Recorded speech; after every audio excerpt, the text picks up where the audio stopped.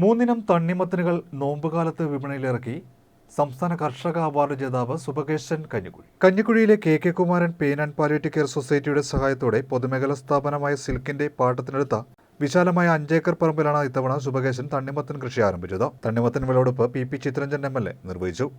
K Kumaran palliative chairman S Radhakrishnan, advocate Santhosh Kumar, കർഷകൻ സുബകേശൻ, കർമ്മസേന convener G Udayappan എന്നിവർ സംസാരിച്ചു. ചുവപ്പ്, മഞ്ഞ, ഓറഞ്ച് നിറങ്ങളിലുള്ളവയാണ് തണ്ണിമത്തനുകൾ. നോമ്പുകാലമായതോടെ തണ്ണിമത്തനുകൾക്ക് ആവശ്യക്കാർ നിരവധിയാണ്. ജലാംശവും മധുരവും ഏറെയുള്ളതുകൊണ്ട് നോമ്പ് മുറിക്കുന്ന വൈകുന്നേരങ്ങളിൽ കൂടുതലായി കഴിക്കാറുമുണ്ട്. ചെറുമണലിൽ ചൂടുകാലത്ത് വിളവ് കൂടുതൽ ലഭിക്കുമെന്നുള്ളതും വിപണി വിഷയമല്ലാത്തതുമാണ് തണ്ണിമത്തൻ വ്യാപകമായി ഇത്തവണ സുബകേശൻ കൃഷി ചെയ്തത്. വളരെ സന്തോഷം തോന്നുന്ന ഒരു വിളവെടുപ്പാണ് ഇവിടെ നടക്കുന്നത്. കാരണം 3 നിറത്തിലുള്ള തണ്ണിമത്തനാണ് ഇവിടെ കൃഷി ചെയ്യുന്നത്. ഓറഞ്ച്, ചുവപ്പ്, മഞ്ഞ.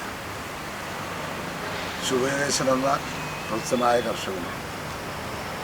അതോടൊപ്പം തന്നെ K Kumaran pain and palliative society അതിൻ്റെ എല്ലാമായ ശ്രീ രാധാകൃഷ്ണൻ, അതുപോലെ തന്നെ കാർഷിക രംഗത്ത് വളരെ സജീവമായ ഇടപെടുന്ന പഞ്ചായത്ത് വൈസ് പ്രസിഡന്റ് കൂടിയായ ശ്രീ സന്തോഷ് കുമാർ ഒക്കെ